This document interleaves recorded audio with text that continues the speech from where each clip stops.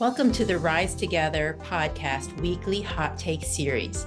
Every week, we're going to bring you powerful stories and strategies from leaders who are making a real impact by building stronger, more resilient communities.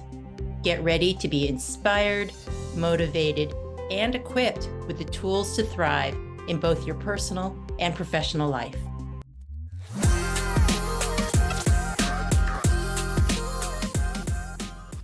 Hi, everybody. It's Beth Almaris with the Foundation for Family and Community Healing.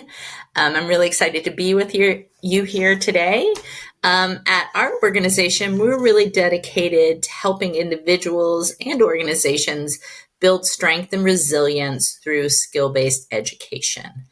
We have a great guest today, Russell Davis, who is the Chief People Officer at Revolution Entertainment Services. How are you doing today, Russell? I'm doing well. How are you? I am quite well. This is going to be a great conversation, so let's jump into it. Why don't you start by telling us a little bit about your company? So Revolution is an entertainment payroll service. It's kind of a unique area that focuses on the entertainment industry, unions, union organizations, and their payroll structure. So unlike like ADP or Paychecks, we specifically focus on movies, television, commercials, and documentaries and anything connected with the industry. We create software. We support, we have accounting services, production services, and we also have a human resource business partner branch to partner with all of our clients so that they can work on making sure that their sets and productions are as humane and engaging as possible. That's fantastic. And I know you're also really interested in leadership development. Could you speak to a little bit about that? Yeah, that and I appreciate the question. So my background and interest is in leadership development with a focus on leadership, which is, from my perspective, really different from supervision or management. The idea is that we help individuals learn to take care of themselves. There's actually 5 pieces: understand self, understand others, understand the objectives, practice, and patience. And so, from a leadership model that I have. Our focus is helping individuals who have leadership responsibilities understand the responsibilities of leadership and act in a way where their values are always demonstrated by their behaviors. And so that's kind of my construct in the entertainment industry and in my nonprofit and other work. Really interesting. There's a lot of intersections there. Mm-hmm. So how big is the company? So Revolution we're about 130 people now. There have been some transitions due to the strikes and the fires and the impact on the industry over the past 2 years. It actually seems like it's been forever, from COVID through the strikes and then into the fires. The industry is hurting, but we have staff in the U.S., California, New York, Georgia. We have an organization in France, in India, and in Canada. So that's where our staff are. So for your own organizations, what are some of either the policies or the practices that you all have in place to really support your own employees? One of the things that we are very interested in doing is demonstrating leadership through our behaviors. So I teach a 10-week leadership course for our executive team members and our supervisors on how to interact with folks, how to communicate effectively, how to understand their perspectives, their biases, their interactions, and how those interactions impact, support, or undermine what we say we're about as a company. We also really work well with a company called Change Engine that helps us message all of this to our staff. So we do our monthly newsletters, our communication strategies, to focus on DEIB engagement, to focus on birthdays, celebrations, ideas. And we are not shy in saying that we embrace a culture that wants to demonstrate that we respect all people and that we are open to all the parts of our communities. So we communicate that with our staff. It's really beautiful to hear, especially in light of everything that's going on in our country right now. That is Yeah. not the prevalent view. That is, and that's really unfortunate for us. The idea of celebration is really about recognizing that, and what I'm going to say seems really simple because it's factual, but the world is made up of so many different people. To have a successful organization, you need to not just accept that people have differences or that have unique personalities and all that. You need to act as if that matters. And so, recognizing and celebrating, acknowledging, and normalizing the human experience is really what I'm interested in. And so, our regular and normal practices should be about recognizing the celebrations in the communities that exist, saying, bring your full selves to work, the good, the bad, the ugly, and really try to be who you are. We cannot have a cookie cutter system where we're either creating robots or stifling one's ability to bring their full selves to work, because I believe it has a very negative impact on the work environment and the community. Yeah, absolutely. What do you think are some of the challenges facing employers today in terms of meeting the needs of their employees? So fear is a big one, and Mm. I talk about that. It's the idea, especially in our times right now, the idea that a governmental body or an individual or an agency would say, do not recognize others or there'll be a consequence, is really stifling the creative aspects of many of the folks in industries, in all industries. So I get asked a lot this question when I'm working with clients. Should we get rid of these practices? Should we not recognize? Should we get rid of our groups? And I'm like, so there's a bunch of answers to that.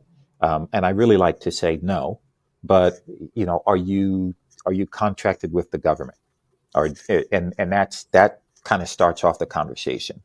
For those who are not and who don't have to follow some of these new restrictive policies, the choice is for them to voluntarily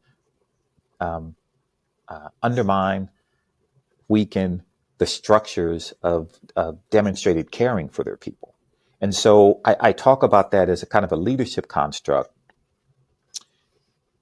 creating an environment where people feel welcomed has to be more than just lip service. So you can have a mantra, you can have a motto, you can have a statement, you can have a slogan, but if you're not living that and demonstrating that, then it it it, it doesn't mean anything. And so what I talk with organizations about is, hey, live the value that is going to be important for you, because that value, especially if it's one of caring and treating people well, is going to survive and outlast this moment in time that we're in. And your staff are going to be so appreciative that you continue to recognize what's valuable and what's important in them as a person and in their community. So so that fear of losing finances because you're not following a new restrictive process is where clients are really having difficulty. Yeah. Yeah, that's really interesting and very true. I've talked to a lot of folks who, they don't want to make the changes, but if they are contractors, Right. oh, Right. it's They're under really a tough scrutiny. spot for Hmm. folks. I feel for everybody. Yeah. Um, so for organizations that aren't really pursuing leadership development like they potentially could, what are some of the benefits organizations might find? Leadership has there's a component in leadership which is about communication effectiveness. And so leadership design, leadership development allows organizations to speak to all of the populations, all of the communities that make up their client base and make up their staffing teams.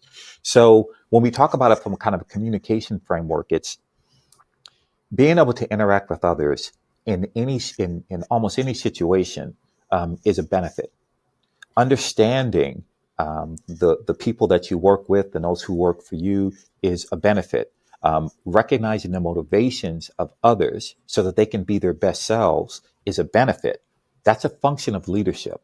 There's confusion from my experience with many who believe that leadership is this top-down activity where you tell someone what to do.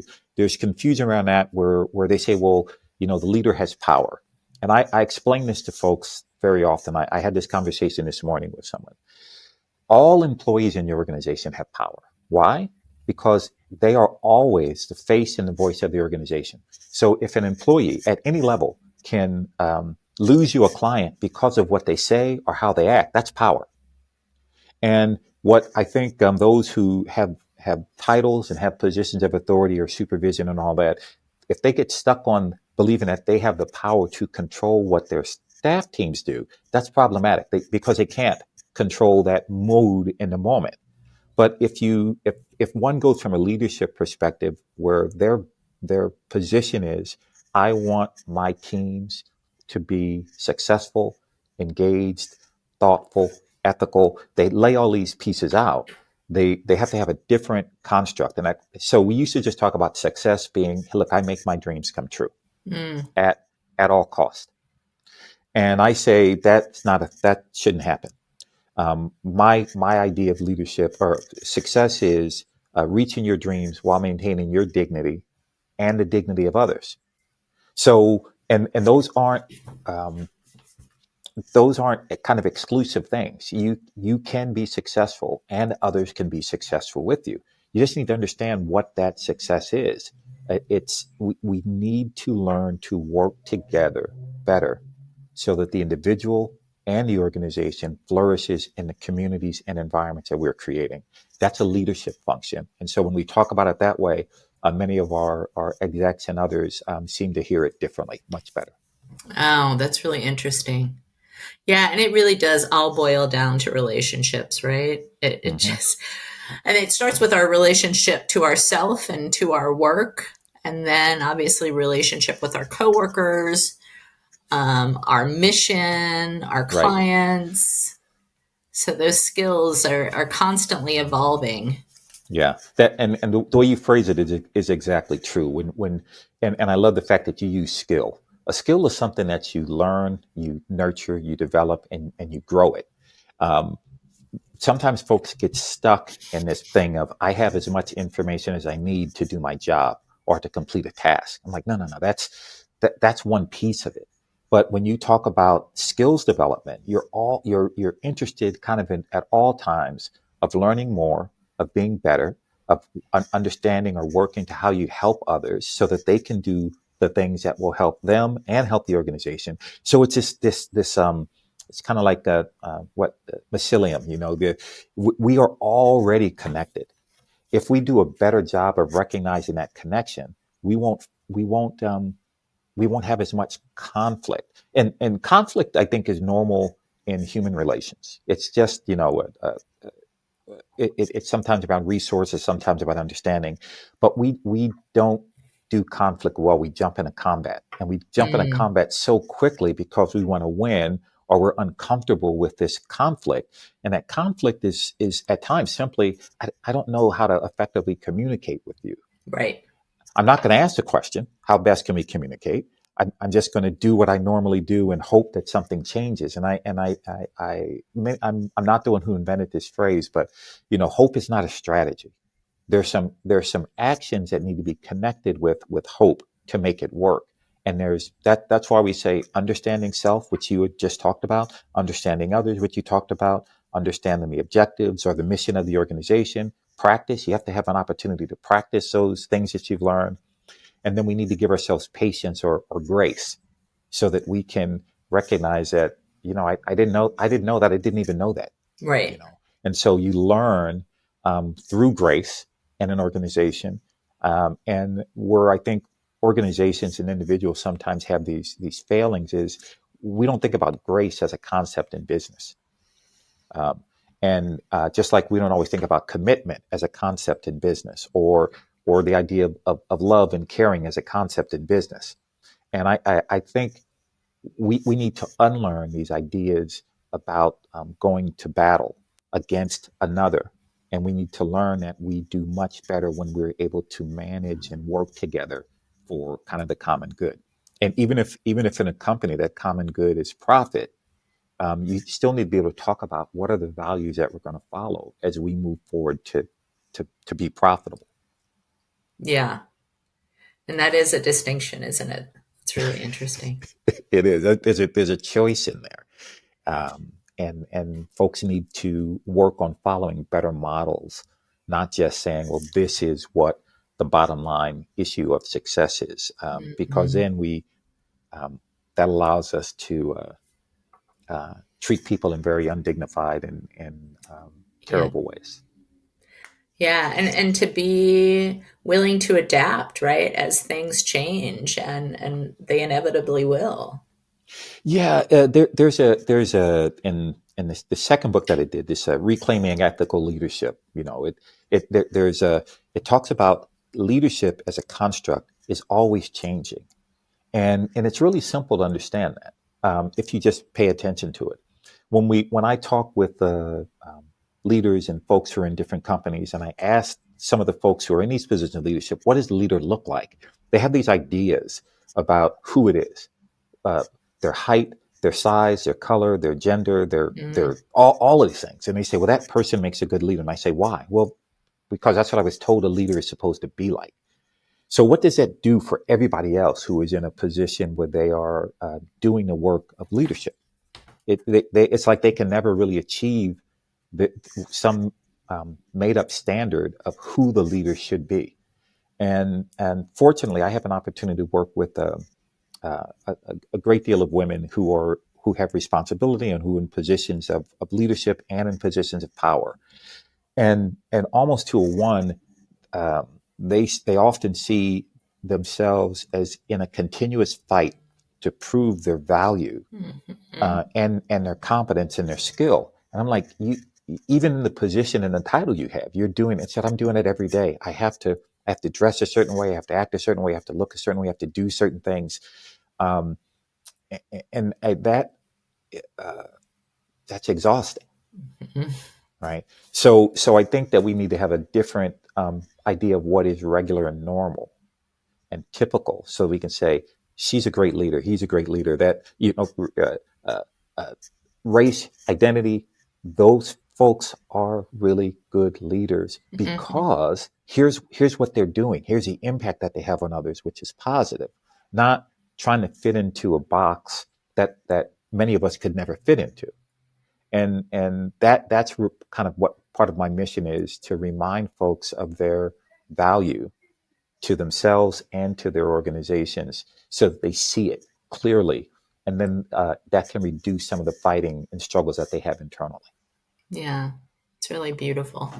Well, I'm glad you're on a mission, Russell Davis. I'm glad you're on this mission. I'm here for it. This has been a great conversation. Where can folks find you if they want to learn more? So for folks who are interested in the kind of the entertainment piece and product, they can find us at Revolution ES. It's Revolution Entertainment Services. And for folks who are interested in talking more and learning more about my leadership philosophy and ideals, they can go to Russell Davis Leader or russelldavisleadership.com.